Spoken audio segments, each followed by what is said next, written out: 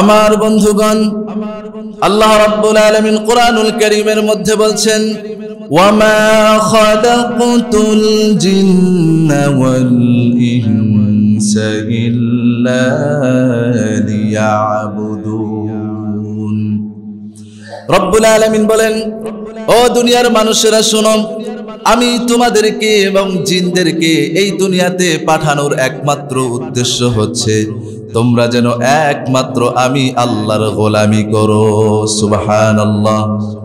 আমার বন্ধুগণ, তাহলে আয়াত থেকে বোঝা গেল আমরা এই পৃথিবীর মধ্যে একজনের গোলাম, তিনি কে? আমাদের মালিক কে? রব্বুল আলামিন এই আয়াতের মধ্যে আমাদেরকে শিক্ষা দিয়েছেন, এই দুনিয়াতে তোমরা যা কিছু নেক আমল করো না কেন, যা কিছু ইবাদত করো না কেন, সব কিছু কাকে সন্তুষ্ট করার জন্য?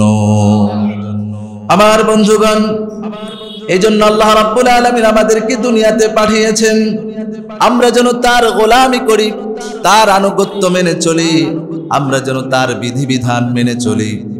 কিন্তু আল্লাহর বিধান থেকে যারা দূরে সরে যায়, শয়তানের প্রবঞ্চনায় পড়ে যারা আল্লাহর বিধান থেকে দূরে সরে যায়, আল্লাহ রাব্বুল আলামিন বলছেন তাদের ঠিকানা হয়ে যাবে জাহান্নাম। জোরে বলি নাউজুবিল্লাহ। আমার প্রিয় ভাইয়ের, আল্লাহ পাক আমাদেরকে দুনিয়াতে প্রেরণ করেছেন আল্লাহর গোলামি করার জন্য, আল্লাহর ইবাদত করার জন্য। কিন্তু অনেকে দেখা যায় আমরা অনেক সময় আল্লাহর গোলামি ছেড়ে দিয়ে আল্লাহর প্রতি নাফরমানি করে আমরা শয়তানের গোলামি করি, ঠিক কিনা বলেন? এজন্য আমার প্রিয় ভাইয়েরা, শয়তানের প্ররোচনায় পড়ে যারা নিজেদেরকে শয়তানের গোলাম বানিয়ে ফেলে, গোলামে পরিণত করে, তাদের জীবনকে আল্লাহ রাব্বুল আলামিন জাহান্নামমুখী করে দিবেন এবং তাদেরকে জাহান্নামের অতল গহ্বরে নিপতিত করবেন। পড়ি নাউযুবিল্লাহ। আমার প্রিয় ভাইয়েরা, এজন্য রব্বুল আলামিন বলছেন, قد أفلح من تزكاها وقد خاب من دساها। অবশ্যই ওই ব্যক্তি সফল, ওই ব্যক্তি সফল কাম যে নিজেকে শয়তানের ধোঁকা থেকে, অর্থাৎ যে ব্যক্তি নিজেকে নফসের অর্থাৎ শয়তানের প্রবঞ্চনা থেকে নিজেকে হেফাজত করতে পারবে, নিজের আত্মাকে পরিশুদ্ধ করতে পারবে, সেই ব্যক্তি হচ্ছে পূত পবিত্র এবং সেই ব্যক্তি হচ্ছে সফল কাম। করি সুবহানাল্লাহ। আমার ভাইয়েরা, তাহলে শয়তান আমাদেরকে জান্নাতের দিকে নিয়ে যায় নাকি জাহান্নামের দিকে? জাহান্নামের দিকে নিয়ে যায়। কারণ শয়তান যেই কাজের দিকে আমাদেরকে সম্পৃক্ত করে, এটা জান্নাতের কোনো কাজ নয়, এটা হচ্ছে জাহান্নামের একটি কাজ। এখন প্রশ্ন হচ্ছে, এই শয়তান আমাদেরকে প্রতিনিয়ত প্রবঞ্চনায় ফেলে, শয়তানের ধোঁকায় আমাদেরকে ধোঁকায় ফেলে আমাদেরকে বেশি বেশি করে গুনাহের কাজের সাথে সম্পৃক্ত করে। কিন্তু এখন প্রশ্ন হচ্ছে, এই শয়তানের ধোঁকা থেকে আমরা কিভাবে বাঁচবো? এই বিষয়গুলো আমাদের জানা দরকার আছে না নাই?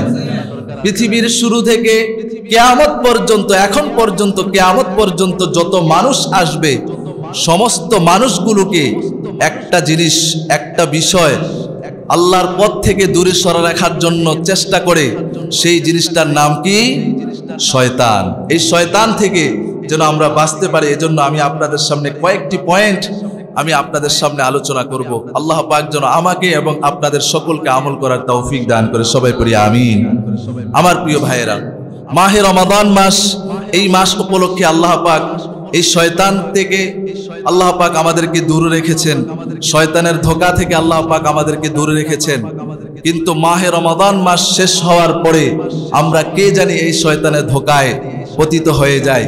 এজন্য এখন থেকে আমাদেরকে এই পয়েন্টগুলো জেনে আমরা যেন রমাদানের পরে যেন শয়তানের কোনো কাজের সাথে যেন কোনো ধোঁকায় যেন আমরা ধাবিত না হই, এজন্য এই পয়েন্টগুলো জেনে যেন আমরা বাস্তব জীবনে আমল করতে পারি, পরিশেষে যেন আমরা শয়তানের ধোঁকা থেকে যেন বাঁচতে পারি। আল্লাহ পাক আমাদেরকে কবুল করেন, আমিন। বন্ধুগণ, একজন ইমানদার ব্যক্তি শয়তানের ধোঁকা থেকে বাঁচতে হলে যখনই তিনি মনে করবে তার মাথার মধ্যে কোনো গুনাহের কাজ সম্পৃক্ত হয়ে গুনাহের কাজ করার জন্য ইচ্ছা করে, যখন সে বুঝতে পারে তার মাথার মধ্যে কোনো গুনাহের চিন্তা আসে, তখন সাথে সাথে তিনি আল্লাহ রাব্বুল আলামিনের কাছ থেকে শয়তানের জন্য অর্থাৎ আল্লাহ রাব্বুল আলামিনের কাছ থেকে পানাহ চাইবে। সুবহানাল্লাহ। আমার বন্ধুগণ, আল্লাহ রাব্বুল আলামিন বলছেন, ওয়া ইম্মা ইয়ানজাগান্নাকা মিনাশ শাইতানি নাযগুন ফাস্তাইয বিল্লাহ ইন্নাহু হুয়াস সামিউল আলীম। রব্বুল আলামিন বলছেন, ও ঈমানদাররা শোনো, শয়তানের ধোঁকা যখন তোমাদেরকে স্পর্শ করে, সঙ্গে সঙ্গে শয়তানের ধোঁকা থেকে বাঁচার জন্য তোমরা আল্লাহর কাছে আশ্রয় প্রার্থনা করো। কার কাছে? আল্লাহর কাছে আশ্রয় প্রার্থনা করো এবং শয়তানের ধোঁকা থেকে বাঁচার জন্য আল্লাহর কাছে আশ্রয় প্রার্থনা করো। ফাস্তাইয বিল্লাহি মিনাশ শাইতানির রাজীম। তোমরা আল্লাহ রাব্বুল আলামিনের কাছ থেকে এই শয়তানের ধোঁকা থেকে বাঁচার জন্য আশ্রয় প্রার্থনা করো। রব্বুল আলামিন বলছেন, এরপরে আল্লাহর হাবিব সাল্লাল্লাহু আলাইহি ওয়াসাল্লাম একটি হাদিসের মধ্যে বলছেন, যে হাদিসটি বুখারী এবং মুসলিম শরীফে বর্ণিত হয়েছে, নবী করিম সাল্লাল্লাহু আলাইহি ওয়াসাল্লাম একবার দুইজন লোকের পাশ দিয়ে হেঁটে যাচ্ছেন। ওই দুইটা লোক খুব ঝগড়া করছেন। ওই দুইটা লোক খুব ঝগড়ায় লিপ্ত আছেন। ঝগড়ায় লিপ্ত হয়ে একজন আরেকজনের প্রতি অকাত্য গালিগালাজ, অকাত্য ভাষায় গালিগালাজ করছেন। একটা সময় দুইজন একজন আরেকজনের প্রতি এতটা রাগান্বিত হয়ে গিয়েছেন, রাগান্বিত হয়ে যাওয়ার পরে তাদের যে গালাগালির পরিমাণ এটা আরো অত্যন্ত পরিমাণ চরমভাবে বেড়ে গিয়েছে। তখন আল্লাহ রাব্বুল আলামিন, আল্লাহর হাবিব সাল্লাল্লাহু আলাইহি ওয়াসাল্লাম তিনি দেখতে পেলেন ওই যে দুইটা লোক মারামারি করছেন, ঝগড়ায় লিপ্ত আছেন। লিপ্ত থাকার পরে একটা সময় একজন মানুষ রাগের চোটে তার হিতাহিত জ্ঞান হারিয়ে তিনি মাটিতে পড়ে গেলেন। মাটিতে পড়ে তিনি জ্ঞান শূন্য হয়ে গেলেন, জ্ঞান হারিয়ে ফেললেন। তখন নবীজি সাল্লাল্লাহু আলাইহি ওয়াসাল্লাম ওই ব্যক্তিদের দুইজন ব্যক্তির সামনে তিনি এই হাদিসটি বর্ণনা করেন, ইন্নী লা আ'লামু কালিমাতান লাউ ক্বালাহা লাযাহাবা আনহা ইয়াজিদু। নবীজি বলেন, আমি এমন একটি বাক্য জানি, ওই বাক্যটি যদি দুইজন ব্যক্তি যদি এই মুহূর্তে পড়তো তাহলে আল্লাহ রাব্বুল আলামিন তাদেরকে শয়তানের ধোঁকা থেকে বাঁচিয়ে একজন আরেকজনের প্রতি বন্ধু বানিয়ে দিতেন। সুবহানাল্লাহ। তখন আল্লাহর হাবিব সাল্লাল্লাহু আলাইহি ওয়াসাল্লাম তাদেরকে এই দোয়াটা শিখালেন, ও আমার উম্মতেরা, তোমরা যখন রাগান্বিত হয়ে যাও, শয়তানের ধোঁকায় যখন পতিত হয়ে যাও, শয়তানের ওয়াসওয়াসায় যখন প্রবঞ্চনায় যখন প্রবঞ্চিত হয়ে যাও, তখন তোমরা এই দোয়াটা পড়ো, যেটা আমরা সকলে পারি। পড়েন, আউযু বিল্লাহি মিনাশ শাইতানির রাজীম। সবাই পড়েন, আউযু বিল্লাহি মিনাশ শাইতানির রাজীম। আল্লাহর হাবিব সাল্লাল্লাহু আলাইহি ওয়াসাল্লাম তিনি তাদেরকে এই দোয়াটা শিখালেন, তোমরা যখন রাগান্বিত হয়ে যাও, তোমাদের মাথা যখন খারাপ হয়ে যায়, তখন তোমরা এই দোয়াটা পড়ো, আউযু বিল্লাহি মিনাশ শাইতানির রাজীম। আমি বিতাড়িত শয়তান থেকে আল্লাহর কাছে আশ্রয় প্রার্থনা করছি। এই দোয়াটা করলে তোমাদেরকে শয়তানের কুমন্ত্রণা থেকে যিনি হেফাজত রাখবেন তিনি কে? আল্লাহ। এটি একটা পরীক্ষিত আমল। আল্লাহ রাসূল সাল্লাল্লাহু আলাইহি ওয়াসাল্লাম যখন তাদেরকে এই দোয়াটা পড়ার কথা বললেন, পড়ার সাথে সাথে তাদের রাগ যিনি কমিয়ে দিয়েছেন তিনি কে? এজন্য আমাদের এখান থেকে শিক্ষণীয় বিষয় হচ্ছে, আমাদের মাথায় যখন কোনো শয়তানের ধোঁকা যখন চলে আসে, শয়তান যখন আমাদেরকে ওয়াসওয়াসা দেয়, তখন আমাদেরকে এক নম্বর করণীয় আমল হচ্ছে আমাদের সাথে সাথে কি পড়ব? আউযু বিল্লাহি মিনাশ শাইতানির রাজীম। কিন্তু আমরা দেখা যায় দুঃখজনক বিষয় হচ্ছে, যখন আমরা রাগ আসে, রাগের ছোটে আমরা অকাত্য মানুষদেরকে গালিগালাজ করি, ঠিক কিনা বলেন? মানুষদেরকে অকাত্য গালিগালাজ করি এবং মানুষের বংশ নিয়ে বিভিন্নভাবে আমরা তাদেরকে গালিগালাজ এবং মন্দ কথা বলে থাকি। আমার প্রিয় ভাইয়েরা, এবং কি এমন সময়, এই রাগের সময় আমরা এমন কিছু ডিসিশন নিয়ে ফেলি যে ডিসিশনগুলো এগুলো নেওয়া উচিত নয়।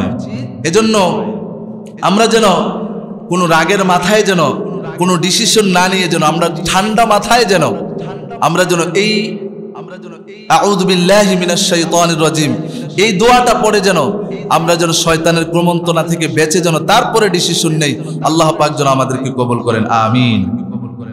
এরপরে 2 নম্বর করণীয় আমল হচ্ছে, শয়তানের ধোঁকা থেকে যদি আমরা বাঁচতে চাই তাহলে একজন ইমানদারের জন্য 2 নম্বর কাজ হচ্ছে, যখনই আপনি কোনো গুনাহের কাজের সাথে সম্পৃক্ত থাকবেন সাথে সাথে আপনি মৃত্যুর কথা স্মরণ করবেন। কিসের কথা? মৃত্যুর কথা স্মরণ করবেন। কারণ একজন মানুষ যখন গুনাহ করে, গুনাহ করার সময় যদি মৃত্যুর কথা, কবরের কথা চিন্তা করে, তাহলে ওই গুনাহ থেকে বেঁচে থাকা তার জন্য সহজ না কঠিন? জোরে বলেন, সহজ না কঠিন? আপনি একটু চিন্তা করেন, আপনি একটি সরকারি বিভিন্ন বড় একটি দায়িত্বে রয়েছেন, সেই সরকারি টেবিলে চেয়ারে বসে আপনি কোটি কোটি টাকা ঘুষ খাচ্ছেন এবং আপনি সুদ খাচ্ছেন।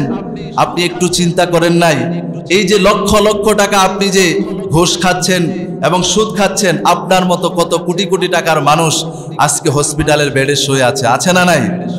অনেক মানুষ আইসিইউতে শুয়ে আছেন, কিন্তু তারা একটু সময় বাঁচার জন্য কত লক্ষ লক্ষ টাকা হসপিটালে বিল দিতে হচ্ছে, ঠিক কিনা বলেন?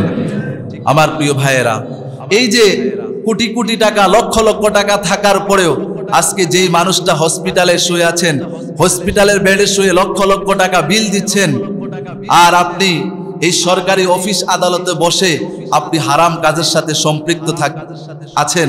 আপনি যদি তাদের কথা একটু চিন্তা করেন এবং বিশেষ করে যারা আপনার পরিবার পরিজন আপনাকে ছেড়ে অন্ধকার কবরে চলে গিয়েছেন, আপনি যদি মৃত্যুর কথাটা একটু চিন্তা করেন যে আমি যে এত কোটি কোটি টাকা সম্পদ যে আমি অর্জন করছি, লক্ষ লক্ষ টাকা যে আমি ঘুষ খাচ্ছি, এই যে লক্ষ লক্ষ টাকা যে আমি বানাচ্ছি, মৃত্যুর পরে তো এগুলো আমার 1 টাকাও সাথে যাবে না। এই চিন্তাটা যদি কোনো ব্যক্তি যদি করে, তাহলে তার পক্ষে কি হারাম কাজের সাথে সম্পৃক্ত হওয়ার সম্ভাবনা আছে? আমার বন্ধুগণ, আজকে মৃত্যুর কথা আমাদের স্মরণ না হওয়ার কারণে আজকে আমরা শয়তানের প্রবঞ্চনায় পড়ে আমাদের জীবনকে শেষ করে দিচ্ছি, গুনাহের কাজের সাথে সম্পৃক্ত করছি। এজন্য আমাদেরকে শয়তানের ধোঁকা থেকে বাঁচতে হলে, শয়তানের প্রবঞ্চনা থেকে বাঁচতে হলে, শয়তানের ওয়াসওয়াসা থেকে আমাদেরকে দূরে থাকতে হলে আমাদেরকে 2 নম্বর যে করণীয় কাজ, সেটা হচ্ছে আমাদেরকে মৃত্যুর কথা বেশি বেশি স্মরণ করা দরকার, আছে না নাই? আল্লাহ পাক আমাদেরকে কবুল করেন, আমিন।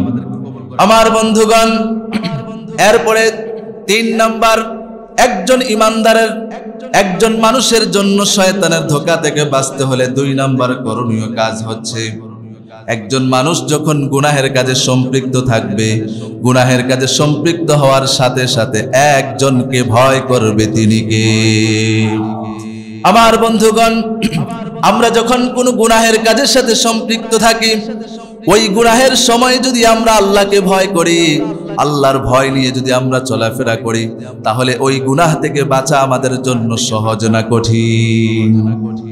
এজন্য আল্লাহ রাব্বুল আলামিন বলছেন, ইন্নাল্লাযীনা ইত্তাকাউ ইযা মাসসাহুম তাইফুম মিনাশ শাইতানি তাযাক্কারু ফাইযা হুম মুবসিরুন। নিশ্চয়ই যারা আল্লাহকে ভয় করেন এবং যখন তাদেরকে শয়তান ধোঁকায় পতিত করে, শয়তানের প্রবঞ্চনায় যখন তারা প্রবঞ্চিত হয়ে যায়, সঙ্গে সঙ্গে তারা যেন একমাত্র আল্লাহকে ভয় করে। কাকে? আল্লাহ পাক এই আয়াতের মধ্যে আমাদেরকে শিক্ষা দিয়েছেন, তোমরা যখন শয়তানের ধোঁকায় পতিত হও, শয়তানের ওয়াসওয়াসায় যখন পতিত হও, তোমরা সঙ্গে সঙ্গে কাকে স্মরণ করবে? আল্লাহকে স্মরণ করবে। আল্লাহর ভয় তোমরা অন্তরের মধ্যে জাগ্রত করবে। কারণ যে ব্যক্তি আল্লাহর ভয় অন্তরের মধ্যে পয়দা করতে পারে, তার জন্য গুনাহ থেকে বেঁচে থাকা সহজ না কঠিন? সহজ। কারণ একজন মুমিন সে ভালো করে জানে এই দুনিয়াতে আল্লাহ পাক মানুষদেরকে সৃষ্টি করেছেন, এমনি এমনি আল্লাহ পাক তাদেরকে ছেড়ে দিবেন না। মৃত্যুর পরে আল্লাহ রাব্বুল আলামিনের কাছে দুনিয়ার যে কাজকর্ম করেছে সমস্ত কাজের হিসাব আল্লাহর কাছে দিতে হবে কি হবে না? এজন্য একজন ইমানদার ব্যক্তি সে ভালো করে জানে মৃত্যুর পরে আল্লাহর কাছে আমাকে জবাবদিহিতা করতে হবে। এবং এই দুনিয়াতে আল্লাহ পাক আমাদেরকে সৃষ্টি করে তিনি শুধু সৃষ্টি করে এর মধ্যে সীমাবদ্ধ থাকেন নাই। সৃষ্টির শুরু থেকে মৃত্যু পর্যন্ত একজন প্রত্যেকটা ব্যক্তির দুই কাঁধের মধ্যে দুইজন ফেরেশতা আল্লাহ পাক নিযুক্ত করেছেন। এই দুইজন ফেরেশতার মাধ্যমে একজন মানুষ ভালো এবং মন্দ কি কি কাজ করবেন সবগুলো রেকর্ড করার ব্যবস্থা যিনি করেছেন তিনি কে? এজন্য রব্বুল আলামিন বলছেন ওয়া ইন্না আলাইকুম লাহাফিযিনা কিরামান কাতিবিন ইয়ালামুনা মা তাফআলুন। রব্বুল আলামিন বলছেন ও দুনিয়ার মানুষেরা শোনো, তোমরা দুনিয়াতে যা কিছু করো না কেন সব কিছুর সংরক্ষণ করার জন্য কিরামান কাতিবিন তোমাদের দুই কাঁধে দুইজন ফেরেশতা আমি নিযুক্ত করেছি। ইয়ালামুনা মা তাফআলুন, তোমরা দুনিয়াতে যা কিছু করো না কেন, যা কিছু জানো এবং না জানো সব কিছুর রেকর্ড করার ব্যবস্থা আমি রব্বুল আলামিন এই দুইজন ফেরেশতার মাধ্যমে নিযুক্ত করেছি। পড়ি সুবহানাল্লাহ। এজন্য একজন ঈমানদার সে ভালো করে জানে এই দুনিয়াতে আল্লাহ পাক আমাদেরকে এমনি এমনি সৃষ্টি করেন নাই। ওয়ামা খালাকতুল জিন্না ওয়াল ইনসা ইল্লা লিয়াবুদুন, একমাত্র আল্লাহর গোলামি করার জন্য সৃষ্টি করেছেন। সুতরাং একজন ঈমানদার সে ভালো করে জানে এই দুনিয়াতে যদি আল্লাহর গোলামি না করি, শয়তানের ওয়াসওয়াসাই করি, শয়তানের গোলামি করি, তাহলে হাসরের ময়দানে আল্লাহর কাছে কঠিন ধরা আমাদেরকে খেতে হবে। ঠিক কিনা বলেন? এজন্য যখনই আমাদের অন্তরের মধ্যে কোনো শয়তানের ওয়াসওয়াসায় আসে, শয়তানের ওয়াসওয়াসায় পড়ে যখন আমরা গুনাহের কাজে সম্পৃক্ত হই, সঙ্গে সঙ্গে কাকে ভয় করব? আমার প্রিয় ভাইয়েরা, এই তাকওয়া আল্লাহর ভয় এটি খুবই একটি গুরুত্বপূর্ণ একটি জিনিস। কারণ এই ভয় যার মধ্যে থাকবে, এই ভয় যার অন্তরের মধ্যে থাকবে, সে কখনো গুনাহের কাজে সম্পৃক্ত থাকতে পারে। আল্লাহর ভয় যার অন্তরের মধ্যে থাকবে, সে কখনো কোনো দুর্নীতির সাথে সম্পৃক্ত থাকতে পারবে। আল্লাহর ভয় যার অন্তরের মধ্যে থাকবে, সে রাষ্ট্রের মধ্যে যে কোনো দায়িত্বে থাকুক না কেন, সে কখনো জনগণের মালকে আত্মসাৎ করতে পারে। আল্লাহর ভয় যার মধ্যে থাকবে, সে কখনো চুরি ডাকাতি করতে পারে না। ঠিক কিনা? আল্লাহর ভয় যার অন্তরের মধ্যে থাকবে, সে কখনো জেনা ব্যভিচারের সাথে সম্পৃক্ত থাকতে পারে না। জোরে বলেন ঠিক কিনা? আল্লাহর ভয় যার অন্তরের মধ্যে থাকবে, সে কখনো লক্ষ লক্ষ কোটি কোটি টাকা বেগম পাড়ায় পাঠাতে পারে না। ঠিক কিনা বলেন? কিন্তু আজকে আল্লাহর ভয় অন্তরের মধ্যে না থাকার কারণে এই শয়তানের ধোঁকায় পতিত হয়ে আজকে আমরা লক্ষ লক্ষ কোটি কোটি টাকা আমরা সম্পদ অর্জন করছি, হারাম কাজের সাথে সম্পৃক্ত করছি, কিন্তু আমাদের অন্তরের মধ্যে কোনো ফিলিংস তৈরি হচ্ছে না। এজন্য আল্লাহর ভয় এটা খুব গুরুত্বপূর্ণ একটা জিনিস। তাকওয়া এটা খুব গুরুত্বপূর্ণ একটা জিনিস। আল্লাহ রাব্বুল আলামিন এই মাহে রমাদান মাস আমাদেরকে তাকওয়ার প্রশিক্ষণ হিসাবে এই মাহে রমাদানকে আমাদের জন্য দিয়েছেন। পড়ি সুবহানাল্লাহ। রব্বুল আলামিন বলছেন লাআল্লাকুম তাত্তাকুন, এই মাহে রমাদান মাস তোমাদের জন্য এই জন্য দেওয়া হয়েছে যাতে করে এই মাহে রমাদান থেকে যেন তোমরা তাকওয়ার শিক্ষা অর্জন করতে পারো। এই মাহে রমাদানের তাকওয়া শিক্ষা অর্জন করে যেন পরবর্তী জীবন যেন এই তাকওয়ার সাথে তোমাদের জীবনকে পরিচালনা করতে পারো। এই জন্য আল্লাহ পাক তোমাদেরকে এই মাহে রমাদান তাকওয়ার শিক্ষা স্বরূপ এই মাহে রমাদান দিয়েছেন। পড়ি সুবহানাল্লাহ। এজন্য আমার প্রিয় ভাইয়েরা, যেহেতু এই মাসটি একটি তাকওয়ার মাস, খুবই গুরুত্বপূর্ণ একটি মাস, যার কারণে আল্লাহ পাক আমাদের অন্তরের মধ্যে তাকওয়া থাকার কারণে শয়তানের ধোঁকা থেকে আমরা এই মাসে খুবই বেশি পরিমাণ আমরা শয়তানের ধোঁকা থেকে আমরা বাঁচতে পারি। কিন্তু মাহে রমাদান মাস পার হওয়ার পরেও যদি আমরা যেন গুনাহের কাজ থেকে যদি সম্পৃক্ত থাকতে পারি, এই শয়তানের ওয়াসওয়াসা থেকে যদি আমরা দূরে থাকতে পারি এবং তাকওয়া নিয়ে যদি আমরা জীবন চলতে পারি, তাহলে এই শয়তানের ধোঁকা থেকে বাঁচতে পারবো কি পারবো না? এজন্য আমাদেরকে যখনই কোনো শয়তানের প্রবঞ্চনায় যখন আমাদের অন্তরের মধ্যে প্ররোচিত হয়ে যায়, তখন সাথে সাথে যেন আমরা আল্লাহকে ভয় করি। কাকে? আল্লাহর ভয় যেন আমাদের প্রত্যেকের অন্তরের মধ্যে পয়দা করে দেন, আমিন। এরপরে শয়তানের ওয়াসওয়াসা থেকে বাঁচতে হলে আমাদেরকে আরেকটি কাজ করতে হবে, আমাদের নফসের গোলামি ছাড়তে হবে। কিসের গোলামি? নিজের আত্মার গোলামি ছাড়তে হবে। নিজের মনে যা চায় তা করা যাবে, কারণ নিজের মনে যা চায় তা কখনো করা যাবে না। কারণ এই দুনিয়াতে আল্লাহ পাক আল্লাহর গোলামি করার জন্য পাঠিয়েছেন। আমার প্রিয় ভাইয়েরা, ফজরের সময় মুয়াজ্জিন সাহেব মসজিদের মধ্যে আজান দেয়, আস-সালাতু খায়রুম মিনান নাওম, ঘুম থেকে নামাজ উত্তম। আমার প্রিয় ভাইয়েরা, আপনাদের কাছে প্রশ্ন, এই যে ফজরের সময় মুয়াজ্জিন সাহেব মসজিদের মাইকে এলান দেয়, আসসালাতু খায়রুম মিনান নাওম, ঘুম থেকে নামাজ উত্তম। আপনি যে মুয়াজ্জিন সাহেবের এলান শুনে আপনি যে ফজরের নামাজ না পড়ে আপনি যে ঘুমাচ্ছেন, এই যে ঘুমানোর কারণে আপনি কি শয়তানের গোলামি করছেন নাকি আল্লাহর গোলামি করছেন? শয়তানের গোলামি। এটি হচ্ছে শয়তানের গোলামি, নিজের নফসের গোলামি। এই যে নফসের গোলামি, আপনার মনে যা চায়, যখন ইচ্ছা আপনি নামাজ পড়লেন, যখন ইচ্ছা আপনি নামাজ ছাড়লেন, যখন ইচ্ছা আপনি ইবাদত করলেন, যখন ইচ্ছা আপনি ভালো কাজ করলেন, যখন ইচ্ছা আপনি কার হারাম কাজের সাথে সম্পৃক্ত থাকলেন, এটা কিন্তু হতে পারে। এজন্য আমাদেরকে নফসের গোলামি আমাদেরকে ছাড়তে হবে। নফস এটি একটি গুরুত্বপূর্ণ একটি বিষয়। নফস এটি কোরআনের ভাষায় নফসকে 3 ভাগে বিভক্ত করেছেন। কয় ভাগে? নফস হচ্ছে 3 প্রকার। এক হচ্ছে নফসে মুতমাইন্না, 2 হচ্ছে নফসে আম্মারা, 3 হচ্ছে নফসে লাওয়ামা। এই 3 প্রকার সম্পর্কে আল্লাহ রাব্বুল আলামিন কোরআনুল কারীমের মধ্যে বলছেন। 1 নম্বর হচ্ছে নফসে লাওয়ামা। নফসে লাওয়ামার অন্তর্ভুক্ত হবে কারা? আল্লাহ পাক সূরাতুল কিয়ামত, আল্লাহ পাক সূরাতুল ইউসুফের 53 নম্বর আয়াতের মধ্যে আল্লাহ পাক বলছেন, ইন্নান নাফসা লাআম্মারাতুম বিসসুই ইল্লা মা রাহিমা রাব্বি ইন্না রাব্বি গফুরুর রহিম। রব্বুল আলামিন বলছেন, নিশ্চয়ই নফসে আম্মারার অধিকারী হবে তারা যাদের নফস সব সময় গুনাহের দিকে দাবিত থাকে, যারা সব সময় গুনাহ নিয়ে যারা বেঁচে থাকে। গুনাহ করার পরে তাদের একটা সময় তাদের আত্মাটা একটু পরিবর্তন হয় না, শুধু সারা জীবন গুনাহের কাজের সাথে সম্পৃক্ত থাকে, একবারও আল্লাহকে ভয় করে না, একবার মসজিদে এসে সালাত আদায় করে না। তাদের কাজ শুধু গুনাহের কাজে সম্পৃক্ত থাকা। এই জাতীয় এই কাজ যারা করবে, আল্লাহ রাব্বুল আলামিন বলছেন তারাই হচ্ছে নফসে লাওয়ামার অন্তর্ভুক্ত। পরিনা আউযুবিল্লাহ। নফসে লাওয়ামা হচ্ছে ওই ব্যক্তি, ওই শ্রেণীর অন্তর্ভুক্ত যারা সব সময় প্রতিনিয়ত শুধু গুনাহের কাজের সাথে সম্পৃক্ত থাকে। তাদের কাজ শুধু গুনাহ করা, কিন্তু গুনাহ করার পরে যে তাওবা করতে হবে এই দিকে তাদের খেয়াল নাই। 2 নাম্বার হচ্ছে নফসে লাওয়ামা।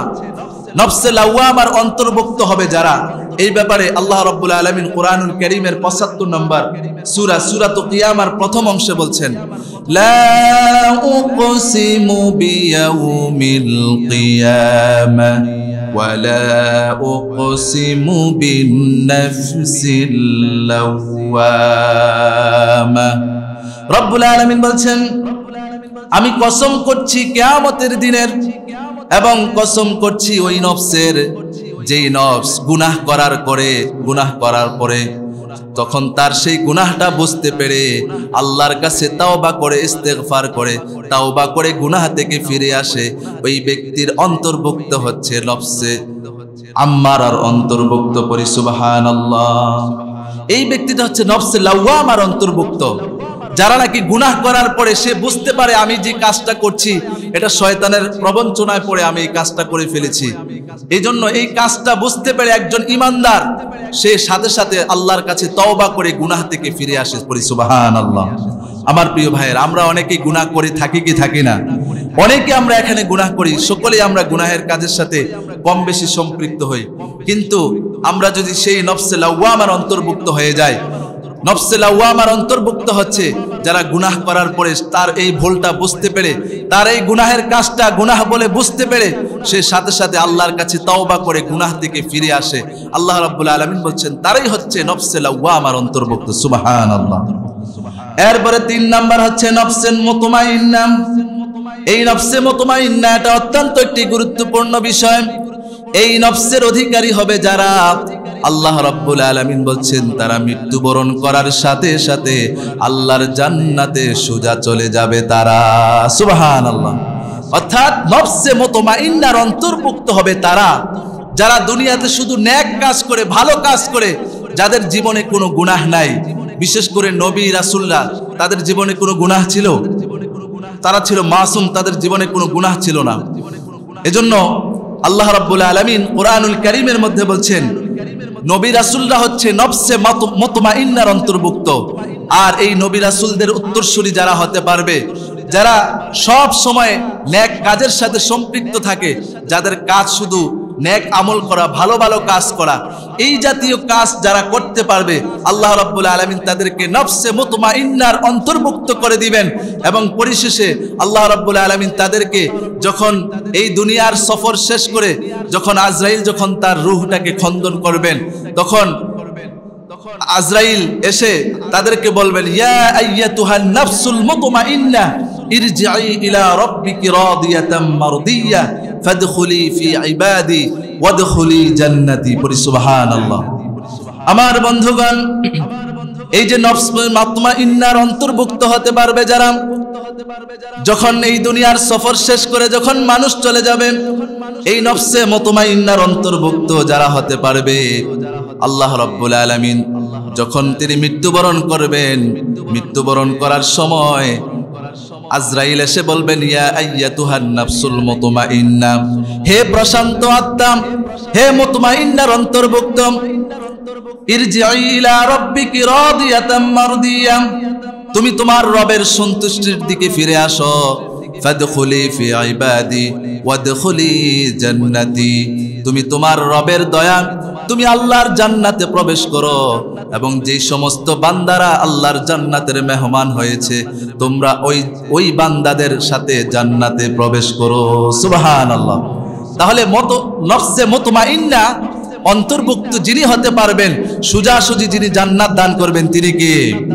আমরা আল্লাহর কাছে ফরিয়াদ করছি, এই যে তিন প্রকার নফস, এই তিন প্রকার নফসের মধ্যে সবচাইতে ডেঞ্জারাস হচ্ছে, সবচাইতে ক্ষতিকর নফস হচ্ছে নফসে আম্মারা। নফসে আম্মারা যেটা হচ্ছে তার জীবনটা শুধু গুনাহের কাজে সম্পৃক্ত, হারাম কাজের সাথে সম্পৃক্ত। জীবনে হারাম খেতে খেতে অর্থ সম্পদ, কোটি কোটি টাকা বাড়ি সম্পদ তৈরি করেছে, তারপরও এই হারাম সম্পদ থেকে এখনো পর্যন্ত ফিরে আসতে পারে নাই। তারাই হচ্ছে নফসে আম্মারার অন্তর্ভুক্ত। আর এই জাতীয় নফসে আম্মারার অন্তর্ভুক্ত যারাই হবে, আল্লাহ রাব্বুল আলামিন তাদের মৃত্যুবরণ করার সাথে সাথে তাদের ঠিকানা হয়ে যাবে কোথায়? জাহান্নামের দিকে। আর যারা নফসে লাওয়ামার অন্তর্ভুক্ত হবে, তারাই হচ্ছে ঈমানদার। যে ঈমানদার গুনাহ করার পরে নিজের ভুলটা বুঝতে পেরে যে আমি ভুল করে ফেলেছি, এই ভুল থেকে যিনি সংশোধন হয়ে, যিনি তাওবা ইস্তেগফার করার মাধ্যমে যিনি তওবা করে গুনাহ থেকে ফিরে আসে, আল্লাহ রাব্বুল আলামিন তাদেরকেও মাফ করে জান্নাত দিয়ে দিবেন। পড়ি সুবহানাল্লাহ। 3 নাম্বার হচ্ছে যারা নফসে মুতমাইন্না, তারা সোজাসুজি আল্লাহর পক্ষ থেকে জান্নাতে চলে যাবেন। কারণ তারা এই দুনিয়ার কাজই হচ্ছে তারা ভালো ভালো কাজ করা, নেক কাজ করা। মানুষকে কোনো ঠকানোর উদ্দেশ্যে তারা দুনিয়াতে আসে নাই, এরকম চিন্তা ভাবনা করে নাই। তারা সব সময় নেক আমলের কাজে সম্পৃক্ত থাকে। আর আল্লাহ রাব্বুল আলামিন এর বিনিময়ে তাদেরকে জান্নাত দান করে দিবেন। সুবহানাল্লাহ।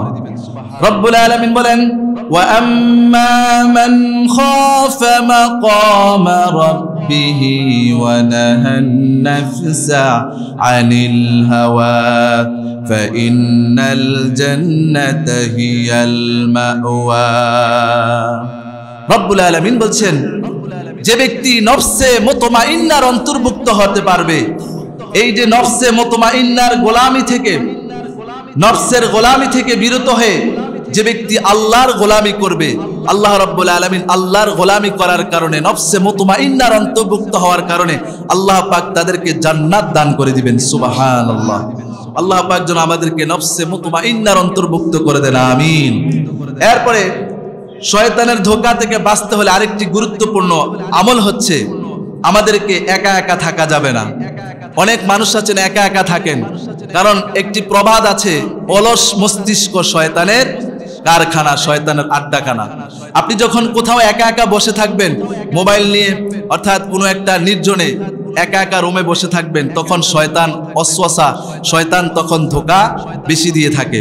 এজন্য আপনি একা একা না থেকে, আপনার সন্তানদেরকে একা একা না রেখে, আপনার সন্তানদেরকে একলা রুমে না রেখে, আপনার যদি আরো সন্তান থাকে তাদেরকে একসাথে মিলেমিশিয়ে তাদেরকে একটা রুমে থাকতে দেন। অথবা আপনি একা একা না থেকে আপনি আপনার একজন ভালো বন্ধু নির্বাচন করেন, যেই বন্ধুটা নামাজি, যেই বন্ধুটা আল্লাহওয়ালা, ফরহেজগার, মুত্তাকি, এই বন্ধুটাকে আপনি নির্বাচন করেন, তার সাথে সম্পৃক্ত থাকেন। কারণ একটি কথা আছে, সৎসঙ্গে স্বর্গবাস, অসৎসঙ্গে সর্বনাশ। এজন্য আপনি যদি ভালো বন্ধু নির্বাচন করেন, তাহলে আপনার জীবন আল্লাহ রাব্বুল আলামিন রঙিন করে দিবেন। জোরে বলেন ঠিক কিনা? এজন্য একা একা থাকা যাবে না, কারণ একা একা থাকলে শয়তানের ওয়াসওয়াসা তখন বেশি আমাদেরকে দিয়ে থাকেন। এজন্য শয়তানের ধোঁকা থেকে বাঁচতে হলে আরেকটি গুরুত্বপূর্ণ আমল হচ্ছে, আপনাকে একা একা না থাকে আপনি ভালো মানুষের সাথে মিশেন, আল্লাহওয়ালা মানুষের সাথে মিশেন, আলেমদের সাথে মিশেন, তাহলেই এই শয়তানের ধোঁকা থেকে, প্রবঞ্চনা থেকে আমরা বাঁচতে পারবো কি পারবো না। এরপরে 6 নাম্বার হচ্ছে, আরেকটি গুরুত্বপূর্ণ আমল হচ্ছে, গুনাহ থেকে বাঁচার জন্য, শয়তানের ওয়াসওয়াসা থেকে বাঁচার জন্য, গুনাহের সকল উপকরণ থেকে আমাদের নিজেদেরকে বিরত রাখতে হবে। আমার প্রিয় ভাইয়েরা, এই যে আজকাল সমাজের মধ্যে সবচেয়ে বড় ফিতনা হচ্ছে মোবাইলের ফিতনা, ঠিক কিনা বলেন? এই মোবাইল যার হাতে আছে, এই মোবাইল যার হাতে আছে, এই সে যদি আল্লাহর ভয় যদি না করে, আজকে বাংলাদেশের মধ্যে, সারা বিশ্বের মধ্যে সবচাইতে গুনাহের কাজ যেই বিষয়টা দিয়ে হয়, সেটা হচ্ছে মোবাইলের মাধ্যমে, ঠিক কিনা বলেন? আজকে এই মোবাইলটা যদি আমরা সঠিক কাজে যদি কাজ না লাগাই, এই মোবাইল নিয়ে যদি আমরা কোনো নির্জনে একা একা থাকি, তখন শয়তান আমাদেরকে প্রবঞ্চনা দিয়ে এই মোবাইলের মাধ্যমে খারাপ দৃশ্য দেখার আমাদেরকে সম্ভাবনা রয়েছে কি রয় নাই? অবশ্যই রয়েছে। এজন্য আমাদেরকে এই গুনাহের কাজের সাথে সম্পৃক্ত না থাকার জন্য যে সমস্ত উপকরণগুলো রয়েছে, এগুলো থেকে আমাদেরকে বিরত থাকতে। এবং বর্তমান সময়ে তো আমাদেরকে মোবাইল ছাড়া চলা যাবে না, যাবে না, কিন্তু এই মোবাইলটা যেন আমরা এমনভাবে ইউজ করি, এটা যেন আমরা ভালো কাজের উদ্দেশ্যে আমরা ব্যবহার করি, এবং আমাদের সন্তানগুলো যাদের এখনো প্রাপ্ত বয়স্ক হয় নাই, তাদের হাতে যেন আমরা মোবাইল না ধরিয়ে দেই। কারণ অনেক মা বাবা দেখা যান সন্তানদেরকে আদর করে, তাদেরকে ভালোবেসে, যখন সন্তান তাদের কাছ থেকে মোবাইল চায়, তখন সাথে সাথে মোবাইল কিনে দেয়। কিন্তু একটু চিন্তা করে না মা বাবা, যে আমার সন্তানটাকে এই বয়সে যদি মোবাইল দেই, তাহলে আমার সন্তানটা খারাপ হয়ে যাওয়ার সম্ভাবনা রয়েছে কিনা, এটা একটু চিন্তা করে না। এজন্য আমার প্রিয় ভাইরা, আপনার সন্তানকে যদি আপনি মোবাইল দিতে হয়, আপনি শর্ত সাপেক্ষে আপনার সন্তানকে মোবাইল দিতে হবে, ঠিক কিনা বলেন? কারণ আপনার সন্তানকে যখন ইচ্ছা তখন যদি আপনার সন্তানকে মোবাইল দেন, তাহলে আপনার এই সন্তানের দ্বারা সমাজের মধ্যে জেনা ব্যভিচার হওয়ার সম্ভাবনা আছে না নাই? আপনার এই সন্তানের দ্বারা অন্যায় কাজ এবং সমাজের মধ্যে এবং নারী কেলেঙ্কারি হওয়ার, জেনা ব্যভিচার হওয়ার সম্ভাবনাও কিন্তু বেশি রয়েছে। এজন্য আমরা যেন এই সমস্ত সকল গুনাহের উপকরণ থেকে বাঁচতে হলে আমাদেরকে মোবাইল থেকে শুরু করে ইলেকট্রিক যে মিডিয়াগুলো রয়েছে, এগুলো থেকে আমাদেরকে বেরিয়ে আসতে হবে, এবং এগুলো ভালো কাজের উদ্দেশ্যে, দিন প্রচারের কাজে আমাদেরকে ব্যবহার করতে হবে। আল্লাহ পাক যেন আমাদেরকে কবুল করেন, আমিন। এরপরে 7 নম্বর করণীয় হচ্ছে, আমাদেরকে অসৎ সঙ্গ ছেড়ে দিতে হবে। আপনার সন্তান কোন ছেলের সাথে চলাফেরা করছে, আপনার সন্তান কোন বন্ধুর সাথে চলাফেরা করছে, এটা আপনি বাবা হিসাবে, আপনি পরিবারের কর্তা হিসাবে এটাকে আপনাকে গাইড করতে হবে, টেক কেয়ার করতে হবে। আপনার সন্তান যেন কোনো খারাপ সঙ্গের সাথে মিলেমিশে যেন আপনার সন্তান যেন চরিত্রহীন না হয়, এটা আপনাকে খেয়াল করতে হবে। কারণ আল্লাহ রাব্বুল আলামিন কুরআনুল কারীমের মধ্যে বলছেন, যেই বাবা তার সন্তানকে দুনিয়াতে নির্দ্বিধায় ছেড়ে দেয়, স্বাধীন মতো ছেড়ে দেয়, আর এই সন্তান জেনা ব্যভিচার অন্যায় কাজের সাথে সম্পৃক্ত হওয়ার কারণে হাসরের ময়দানে যখন বিচার কার্য হয়, বিচার কার্য হওয়ার পরে যখন ওই আপনার সন্তানকে যখন জাহান্নামে দিবে, তখন আল্লাহ রাব্বুল আলামিনের কাছে আপনার সন্তান আপনার জন্য নালিশ করবে, এই কথা বলে, রব্বানা ইন্না আতা'না সাদাতানা ওয়া কুবারা'না ফাআদাল্লুনা আস-সাবিলা রব্বানা আতিহিম দি'ফাইন মিনাল আযাবি ওয়াল'আনহুম লা'নান কাবীরা। তখন আপনার সন্তান, যেই সন্তানকে আপনি দুনিয়াতে মায়া করে, আপনার সন্তানকে ভালোবেসে যেইভাবে ইচ্ছা আপনার সন্তানকে ছেড়ে দিয়েছেন, আপনার সন্তানের হাতে মোবাইল তুলে দিয়েছেন, এই সন্তান মোবাইলের কারণে, অন্যায় কাজের সাথে সম্পৃক্ত হওয়ার কারণে, দুনিয়াতে ফিতনা ব্যভিচার করার কারণে হাসরের ময়দানে যখন সে জাহান্নামী হয়ে যাবে, সে একা একা জাহান্নামে যাবে না, সে আপনাকে দোষী সাব্যস্ত করে সে বলবে, হে আল্লাহ, দুনিয়াতে থাকার পর কারণে আমার বাবা আমাকে ভালো কাজের উপদেশ দেয় নাই, আমার বাবা আমাকে সঠিক রাস্তা দেখায় নাই, আমার বাবা আমাকে কোরআন শিক্ষা দেয় নাই, আমার বাবা আমাকে ইসলামের শিক্ষা দেয় নাই, যার কারণে আজকে আমি জাহান্নামে যেতে হয়েছে। হে আল্লাহ, আজকে যেহেতু আমাকে জাহান্নামে যেতে হবে, আমি আমার বাবার বুকের উপর পাড়া দিয়ে আমি জাহান্নামে যেতে চাই। আর যেই পরিবারের কর্তার কারণে, যেই বাবার কারণে আজকে আমি জাহান্নামে যেয়েছি, আমার এই বাবাকে আপনি আমার থেকে দ্বিগুণ শাস্তির ব্যবস্থা করেন। পড়ি নাউযুবিল্লাহ। আমার প্রিয় ভাইয়েরা, যে সন্তানকে আপনি এত মায়া করেন, এত ভালোবাসেন, এত মহাব্বত করেন, কিন্তু হাসরের ময়দানে এই সন্তান আপনার জন্য দ্বিগুণ শাস্তির, আল্লাহর কাছে জাহান্নামের শাস্তি কামনা করবেন। এজন্য আমার প্রিয় ভাইয়েরা, আমাদের যাদের সন্তান রয়েছে, এই সন্তানগুলোকে যেন আমরা সঠিকভাবে গাইডলাইন করি, আমাদের সন্তানগুলোকে যেন আমরা নিজের ইচ্ছা মতো ছেড়ে না দেই, আমাদের সন্তানগুলো কে কার সাথে মিশেছে এটা যেন আমরা তদারকি করি, আমাদের সন্তানগুলো যেন ভালো মানুষের সাথে মিশে, কোনো খারাপ বন্ধুর সাথে যেন না মিশে, এই বিষয়টা আমাদেরকে খেয়াল রাখতে হবে। এরপরে আরেকটি কারণ হচ্ছে, শয়তানের ওয়াসওয়াসা থেকে বাঁচতে হলে আমাদেরকে বেশি বেশি করে তাওবা ইস্তিগফার করতে হবে। ঠিক কিনা বলেন?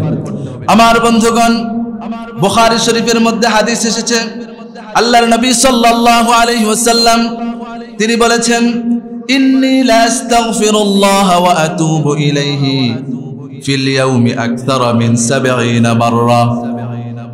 আল্লাহর নবী সাল্লাল্লাহু আলাইহি ওয়াসাল্লাম তিনি দৈনিক তার গুনাহের জন্য আল্লাহর কাছে একবার নয়, দুইবার নয়, 70 বারের বেশি আল্লাহর কাছে তওবা ইস্তিগফার করেছেন। সুবহানাল্লাহ। আল্লাহর নবী সাল্লাল্লাহু আলাইহি ওয়াসাল্লাম, যার জীবনে কোনো গুনাহ নেই, যিনি ছিলেন মাসুম, সেই নবী যদি দৈনিক, কোন হাদিসের মধ্যে আসছে 100 বারের উপরে, এই হাদিসের মধ্যে আসছে 70 বারের উপরে তিনি আল্লাহর কাছে তওবা করতেন, ইস্তিগফার করতেন, তাহলে আমাদের একটু চিন্তার বিষয়, যেই নবীর কোনো গুনাহ নেই, যেই নবী দুনিয়াতে থাকতে জান্নাতের সার্টিফিকেট পেয়েছেন, ওই নবী যদি দৈনিক 100 বার আল্লাহর কাছে তওবা ইস্তিগফার করতে পারেন, আর আমরা গুনাহগার মানুষ দৈনিক কতবার আল্লাহর কাছে ইস্তিগফার করা দরকার? ঠিক কিনা বলেন? এজন্য আমাদের এই বিষয়টা আমাদের চিন্তা করা দরকার। এজন্য আমাদেরকে গুনাহ থেকে বাঁচতে হলে বেশি বেশি করে তাওবা ইস্তিগফার করা দরকার, আছে না নাই? আপনি যত বেশি তাওবা ইস্তিগফার করবেন, ইস্তিগফারের অনেকগুলো দোয়া রয়েছে, আস্তাগফিরুল্লাহ, আস্তাগফিরুল্লাহ, আস্তাগফিরুল্লাহাল্লাযী লা ইলাহা ইল্লা হুয়াল হাইয়ুল কাইয়্যুম, আস্তাগফিরুল্লাহ ওয়া আতুবু ইলাইহি, এই জাতীয় আরো অনেক ইস্তিগফারের দুরূদ রয়েছে। আমরা যেন এইগুলো মাধ্যমে যেন তাওবা ইস্তিগফার করার মাধ্যমে যেন আমরা গুনাহ থেকে বেঁচে থাকতে পারি। আল্লাহ পাক যেন আমাদেরকে কবুল করেন, আমিন। আল্লাহ রাব্বুল আলামিন বলেছেন, ওয়াতুবু ইলাল্লাহি জামিআন আইয়ুহাল মুমিনুনা লাআল্লাকুম তুফলিহুন, অর্থাৎ যে ঈমানদাররা তোমরা আল্লাহর কাছে তওবা করো, আল্লাহর কাছে তওবা করে তোমাদের গুনাহ থেকে ফিরে আসো, ফিরে আসার কারণে তোমরা সফল কাম হয়ে গেলে। সুবহানাল্লাহ। এজন্য আমরা যেন আমাদের গুনাহ থেকে আল্লাহর কাছে তওবা ইস্তিগফারের মাধ্যমে যেন ফিরে এসে আমরা যেন সফল কামীদের অন্তর্ভুক্ত হতে পারি। আল্লাহ পাক যেন আমাদেরকে কবুল করেন, সবাই বলি আমিন।